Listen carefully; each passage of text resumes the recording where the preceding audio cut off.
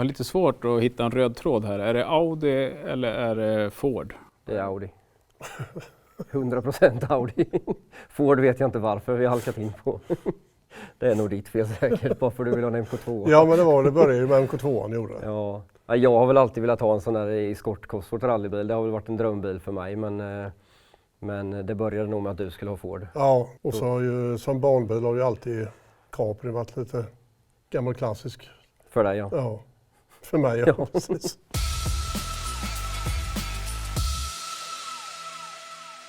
Hallå? Hallå? Läget? Det är bra. Det är Det bra. är jättebra. Du, här händer det grejer. Jajamän, det är något på gång. Jämt, verkar det Jämt, som. ja. Ja, i stort sett. Idag är det Amazon-projekt som vi försöker få igång den.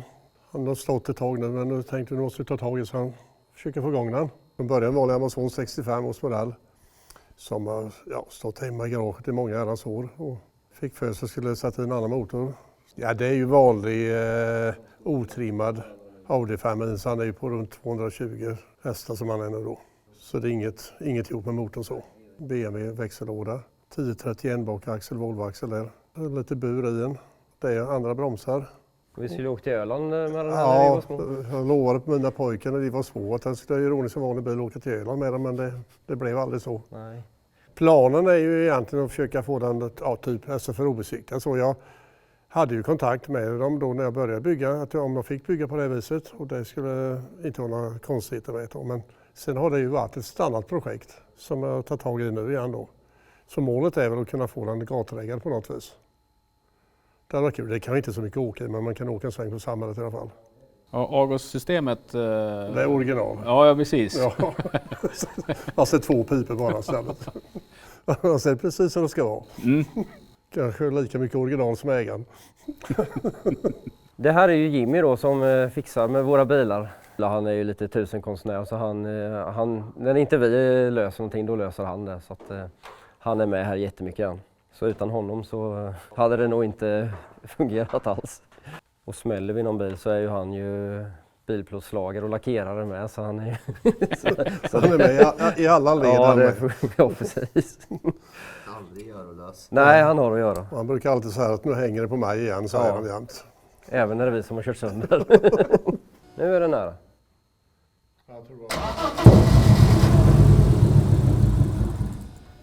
Nej, nu är det inte startgas. Nu går han nog på bränsle.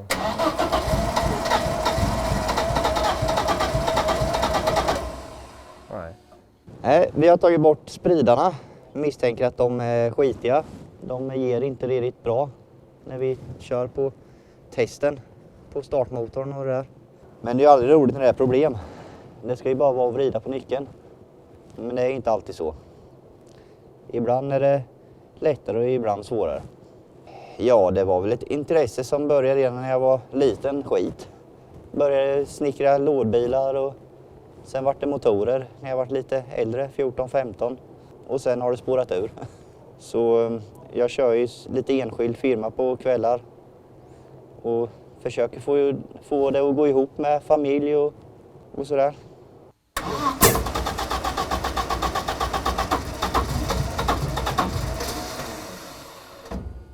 Så blir det ingen uppstart då, eller? Nej, vi fick inte spridarna till Till att fungera redigt. Det fungerar riktigt det. Så Jimmy tog med dem och ska tvätta ur dem. Så får vi hoppas. Så nu är det nära. Det har det varit länge nu. Ja. Ja, men det har ju mycket andra roliga bilar att titta på här. Ja, Ja då. vi får starta någon annan istället. Ja. Men vad är det här svarta för någonting då? Ja, det är en Ford Capri från 73 som är byggd som barnbil och tävlas mycket med på banan, historisk racing. Så långt jag vet så har han gått till Falkenberg först och sen hamnade han i Vaggeryd och sen Benny. Och sen kom han hit för något år sedan. Och vi var bara kört lite för skojs skull på banan med den. Mycket rolig bil att köra. Bra vridmoment och han är på 280 hästar. 3,1 liters V6, 3100. Trippelförgasare då, Weber 42. Han är lättad överallt och ser han är borrad för att få den kilo på den överallt. Han är rekig. Allt för att få den kilo på den. Jag tror bilen väger 960 kilo.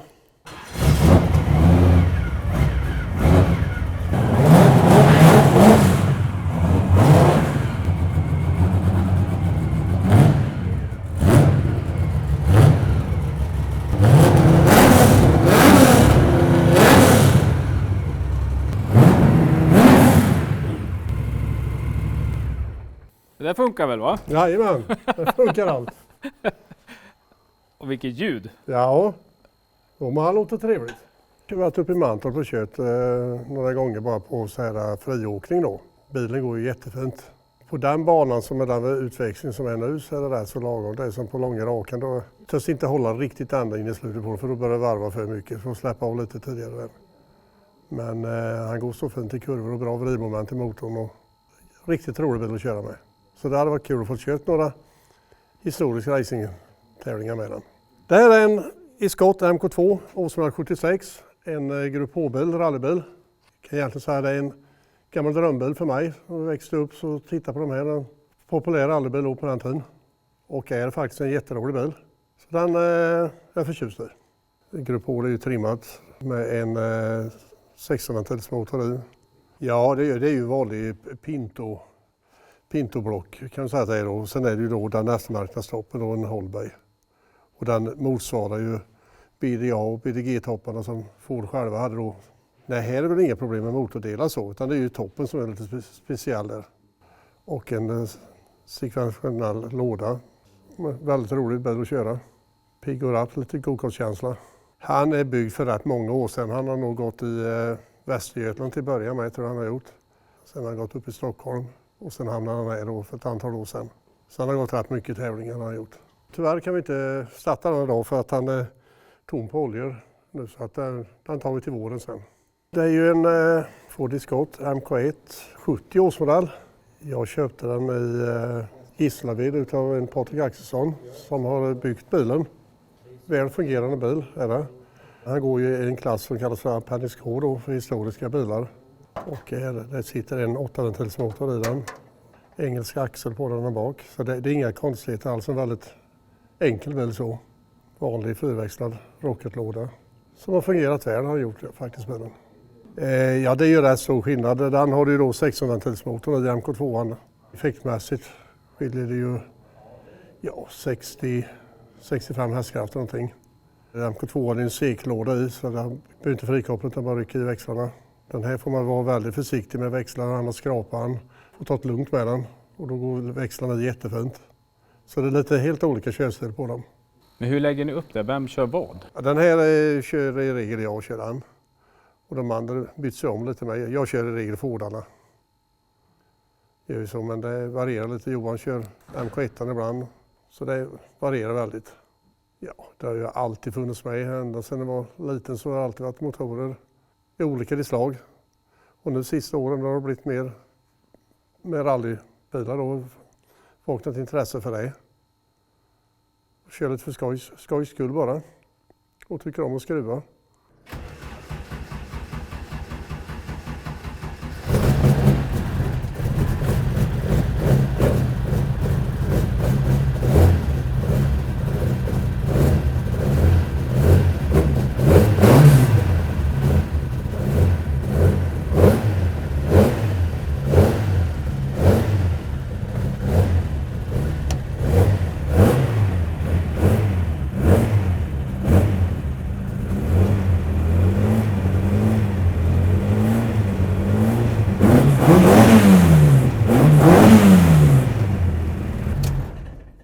Det lät ju fint den också.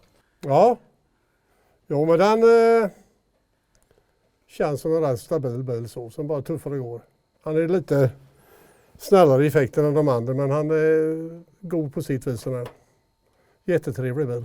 Det här är en rallybil, ja. En Ford Escort Cosworth. Gammal Grupp A-bil från början som är lite omhomologerad med VRC-grejer nu istället. Den håller vi på och byter toppackning på, lite nytt styrsystem och grejer och nya bromsar. Lite genomgång. Allmän översyn. Ja, så den är redo till säsongen. Vi har haft lite problem med motorn att han har tryckt vatten och det var väl att toppackningen var gången på ett ställe. Så det ska bli ordning på nu. Här måste man ju köra med restriktor i de här turborna då ju. 34 mm. Du får inte åka med större inlopp i turbon. Så där är ju det som sätter gränsen på effekten på dem egentligen. Sen är det ju fri trimning sådär, men på en turbomotor så har du ju, blir ju en jättestrypning där när du inte får in mer luft i turbon. Men däremot så går den här klass om nu till en Appendix K-bil och klassisk rallybil eftersom den är så gammal nu. Då får du köra med lite större inlopp i turbon. Då kan du köra mer effekt med då. Så det kanske är något att tänka på i alla fall. Där har du ju en Cosworth-motor till där det är ju likadant som den som sitter i där. Påbörjat att bygga egentligen som jag menar att han ska kunna stå för det sen. Och det är ju samma grej som sitter i Cosworthen. Så ser han ut invändigt. Det är en sekventiell växellåda. Annars är det inte så mycket hydraulisk handbroms. Sitter i sån handbroms-release på då, så när du drar i handbromsen så öppnar han mellandiffen då. Så du kan använda handbromsen med. Annars så låser han ju på alla 4 hjulen eftersom han är fyrhjulsdriven. Så den ena cylindern där går ju till mellandiffen då. Här har du ju ändå launch control är ju det. Då trycker du in den knappen då, och så håller du full gas. Bara då stannar han på till exempel 4000 varv eller vad man nu har ställt in den på. Då håller du full gas och sen släpper du upp kopplingen bara och drar iväg och släpper knappen där. Så får du en bra start om man säger. Då håller han, bygger laddtryck innan du ska dra iväg så du har mycket effekt när du drar iväg. Och sen som sagt då det här responssystemet har vi på de här knapparna då. Då slår man ju på anti-lag-systemet där. Men jag tycker det är en rätt så svårkörd bil. Han är rätt så, man får vara rätt bestämd med den där bilen när man kör den. Det är ju, jag åkte ju i Evo-rallybil innan den där och det är ju jättestor skillnad på bilar. Man får vara mer bestämd med den här bilen. Jag ser att de har mopeder också. Ja, det har blivit lite som står. Kör ett och annat mopperally. Annars åker jag knappt inte på dem utan det blir de gångerna. Det är ju en Mustang. TT tror jag heter den blåa där borta. Och sen är det ju en Crescent 50 SS. Och är det någonting du har haft när du var yngre? Nej, jag åkte Puch Dakota åkte jag då. Min kompis åkte 50 SS. Den hittade jag alltså, för rätt många år sedan stod han på skroten och var bara till kicka och köra med. Så jag köpte den direkt där. Och sen har han bara fungerat. Han vill inte dö då? Nej, han vill inte. Han vill vara med ett tag till. Men italienska moppen då, var hittade du den? Den hittade jag uppe i Tidaholm. Och sen italienare som bodde i Sverige som hade den. Intramotor med Minarelli-motorn, en P6. Det är ju en lite nättrig sak och rolig på alla sätt och vis. Medan han är väldigt tät i växlingen då när man är sexväxlat här. Så den har varit driftsäker med så. Och sen är det en Honda MT5 då. Ja men det här är ju Crazy Kart tror jag de kallas. Vet inte varför man har sån här egentligen men det är rena leksaker bara ju. Jag vet inte, träna drifting eller någonting, det är väl mer för barn egentligen. Men de här är väl gjorda för även vuxna med alltså. De hämtade jag upp i Stockholm och sett event, de hade haft det som eventgrej och hyrt ut till folk och lite sådär. Så det är roliga grejer att ha.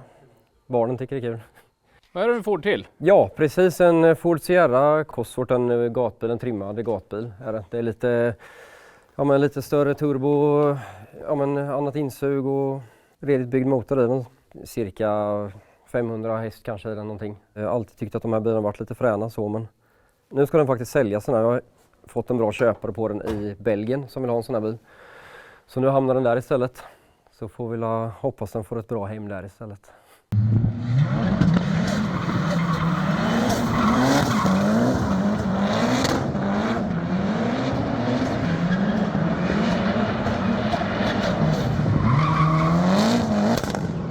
Det här är en Evo 9 RS som jag har köpt i USA, eller jag har bytt med en rallybil jag hade, en Evo 6.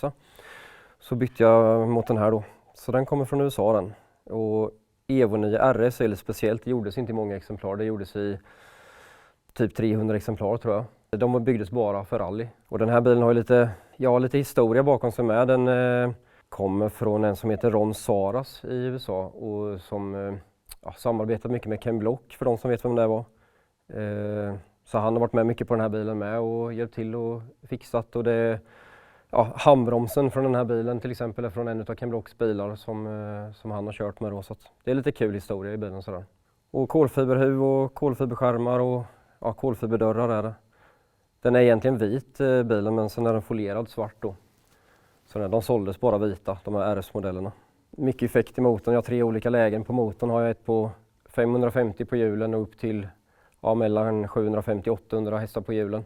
Som jag kan ändra på en knapp här inne i bilen då. Ja, de körde till och med 1000 hästar i den här motorn ett tag gjorde de, men nu är det väl cirka 800 då som mest. Så det. Men det räcker rätt bra en sån här bil, han väger inte så mycket heller så Det räcker rätt bra att göra. Och det är sån låda i den här med, så du behöver ju aldrig koppla eller någonting när du kör den här bilen. Du kopplar när du åker iväg och sen så rycker du bara framåt och bakåt. Då. Bakåt växlar upp och trycker framåt så växlar du ner. Egentligen är det ju en sneak-variant eftersom de bara byggdes för rally då till exempel. Det med vanliga fönstervevar och det är ingen isolering i bilen och de byggdes enbart för rally så att säga. Och den är väl tanken jag ska försöka få gatreggad här i Sverige nu då. Jag har varit uppe på Mantorp med den en gång och kört lite bara för att testa den lite sådär. Och det var sjukt kul var det. Riktigt fint går den. Evo-bilarna är så jäkla lättkörda med om man säger. Jag kör mycket på bana med Audi-bilar och så. Men det går inte att jämföra. De här är jättelättkörda bilar här. Det är så rally med. Jag har kört Evo och det funkar. Ja, jättefina bilar att köra. Audi S2 92 tror jag det är. Som är rätt så mycket originalbil egentligen. Han är lite upptrimmad i motorn med han och lite andra fjäderben. Annars är det en inte sönderborrad och inte sönderskruvad bil. Utan han är komplett som den ska vara. Jag har faktiskt köpt den inom en mils avstånd. Så en som han köpte den som jag gjorde. Han har kört lite grann med men sen har han blivit stående. Så då tog jag över den efter honom. Och jag kör inte många mil med den, men som sagt det är bara till start och åka. Han är besiktad och klar allting. Ja men det här är en ren lekbil kan man säga, en Audi S2 är det. Ja men runt 800 häst i ungefär, som vi åker rätt mycket med på bana, bara för att ha kul. Sladdar mest på banan med den faktiskt, kör fyrhjulsdriven drifting med den. Jättekul tycker jag att det är, och bara få leka av sig lite ibland.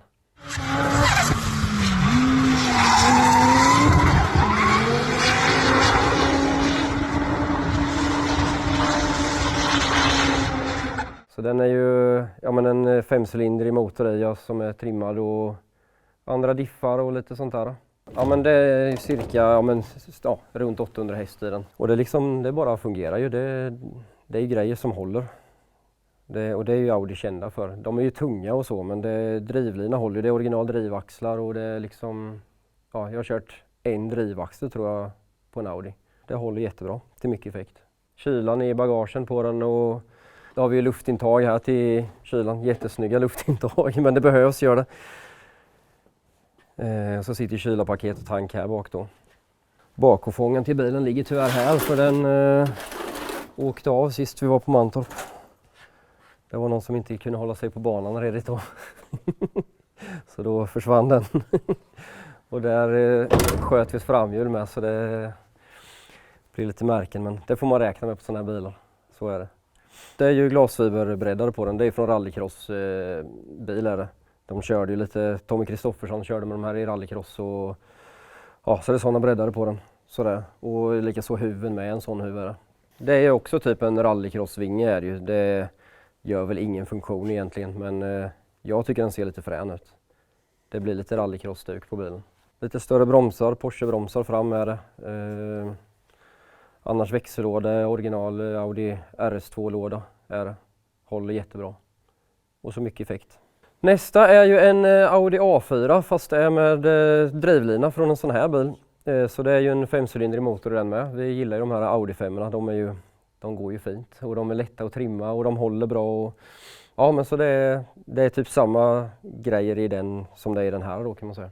Den där är det ju annat insug på. Det där är ju insug som är byggt efter Audis IMSA-bilar som de körde IMSA-serien med på 90-talet då ju. Eller slutet av 80 kanske var till och med. Så det är ju lite andra grejer. Så det här är ju ett vanligt S4-insug på den här bilen då. Sen lite annan turbogrejer, andra kolvar och stakar. Ja men ska nog bli ungefär samma effekt någon. Det går att köra mycket effekt med de här originalgrejerna, eller insug och det med. Men den har jag inte kört något med egentligen. Den där köpte jag och har gjort i ordning och lackat upp och Jimmy ska mappa bilen lite ordentligt och så. Så får vi se vad det blir med den sen, vad jag ska göra med den. Sen har vi en Audi V8, en banracingbil. Audi körde ju DTM med sådana här bilar då, slutet av 80, början av 90. Så den har vi åker på bana med också. Den är egentligen byggd som en rallybil från första början den här. Men så är den ombyggd sen då till en banracingbil istället då. Så den sitter en 4,2 liters V8 i nu. På kanske 350 hästar någonting. Så det är lite värre bromsar och sånt och mer gjord för banracing nu istället då. Modellen heter ju Audi V8 men det är ju samma som 200 kan du säga. Men just den här modellen heter Audi V8. 6-växlad låda och omprogrammerad box i den så andra grenrör. Jag tror att det är andra kammare i med. Annars är det hyfsat standard. Sen har vi nästa bil. Men den struntar vi i, va? Ja, precis. Det gör vi inte. Den här bilen, den tar upp allt syre i det här rummet. Ja. Ja, det har ju varit verkligen en drömbil ända sedan man var liten egentligen. Men var hittar ni den här någonstans? Litauen har vi köpt den i. Ja, han var så här fast inte med den motorn i och där. Och, ja, sen har vi ju byggt om kylsystemet och bränslesystemet. Och, ja, det satt en helt standardmotor i, om man ska säga då, en vanlig S2-motor i den. Då, tror det. Nu sitter det en byggd motor som de var på den tiden. Då. Och den här bilen har vi ju egentligen aldrig kört, men det är ju först nu den är helt färdig kan man väl säga. Så det här, men ändå är det ju andra motorn vi har i nu. Ja. För första riktiga racemotorn som vi hade i då. Så när Jimmy var med och vi skulle mappa lite här ute på planen och testköra första gången, då sprack insuget på det. Det öppnade upp sig här. Så bilen gick ju på illrus här ute. Sen vi fick inte dö på den heller. Vi hade huvudbrytare och det i bilen, men när vi slog av den så hände det ingenting. Bilen bara stod på illrus, gjorde han. Så då blev det lite panik där ett tag och jag skickade i en växel, jag skickade i 5-mans växel upp med kopplingen, men då bara small det till så låg det drivaxlar under bilen istället. Och ja, jag visste inte om jag tog det så ta och liksom rycka spolar och grejer, för jag tänkte att man inte får en stöt när han var igång där då. Men till slut så ryckte jag i spolarna, men då hade det ju kommit ut en stake genom blocket redan, så då var det helskrot av den motorn sen. Oj. Så det var. Aj. Men det är ju billigt att bygga sådana motorer. Så aj. Nej, men så då hade vi en kille som svetsade insuget åt oss och garanterat att det ska hålla för mycket laddtryck nu, så det får vi hoppas att det gör. Och det är runt 600 hästar nu ungefär. Och vi hittade en motor uppe i Östersund. Ja, precis. Jag stack och hämtade ett block och det uppe i Östersund. Och det. Så var snart ihop igen. Ja, men det var den ju. Och nu har vi ju kört lite med den. Ja. Vi har varit och testat lite och det. Nu känns det väl som det fungerar grejerna.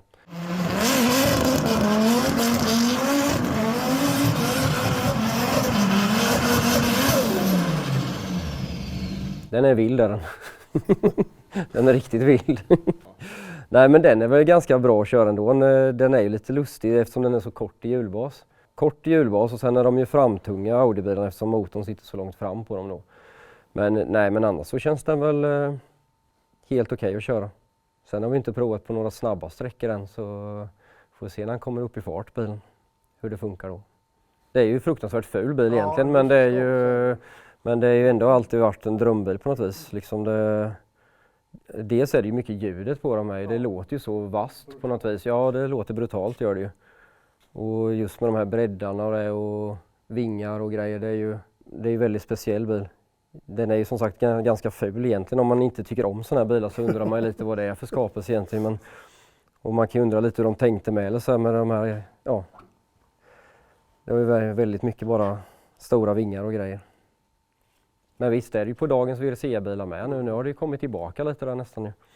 Så det har. Och så sitter ju kylar och grejer i bagaget på den här med ju. Så här sitter ju rätta kylpaketet och bränslesystem och batteri och sånt då. Det är ju dels för att få tillbaka så mycket vikt som möjligt med bak då. Så de är ju väldigt framtunga från början.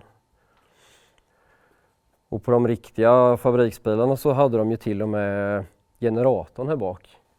Satte de ju för att liksom flytta bak vikt då. För de är ju väldigt framtunga så. Sen är de inte så tunga överlag. De tror det är 920 kilo. Och sen då runt 600 häst, så de är ju fruktansvärt pigga. Ja, men som när jag körde rally med Evo 6 innan då till exempel, men den var nog extremt bra med, men den kan du ju sitta och köra. Du kan ju sitta nästan 200 med en hand och köra en sån bil på grusväg och sitta och prata med kartläsaren. Men det gör man ju inte med en sån här bil. Här får man väl vara glad om man är på vägen i de hastigheterna. Man får ju brottas lite mer med en sån här bil. Det får man göra och liksom vara bestämd. Men sen när den väl går på sladd, då går den rätt så lätt att köra. Men det är just det här, man får provocera upp den mycket mer och liksom kasta med bilen. Och du har ingen hydraulisk handbroms, du kan inte dra in handbroms för det är stum mellandiff på den. Så antingen så går den ju rätt fram innan den börjar sladda. På en modern rallybil så kan du bara Du rycker till i handbromsen lite, då har du den på ett ställ och sen så håller du den där. Det här får du liksom, ja man får vara jädrigt bestämd när man kör helt enkelt.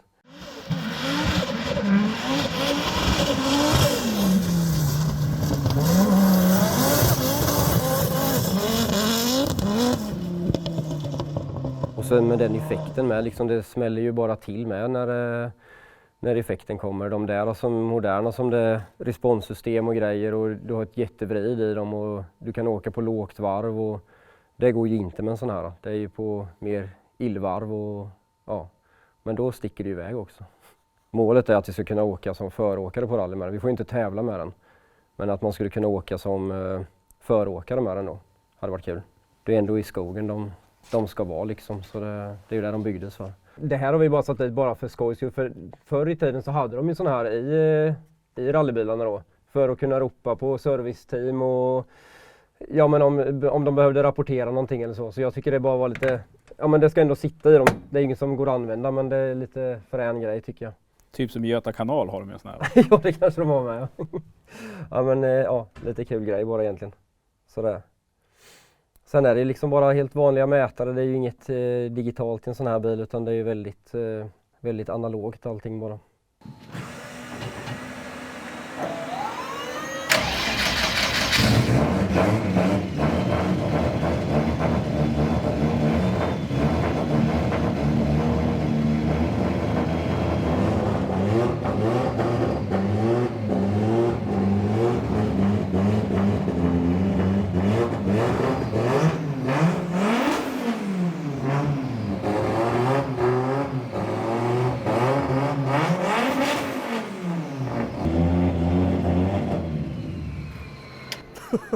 Hördes den eller? Jo då, ska man tappa hörseln så var det här ett bra alternativ kan jag säga. Ja. Åh, vilket ljud.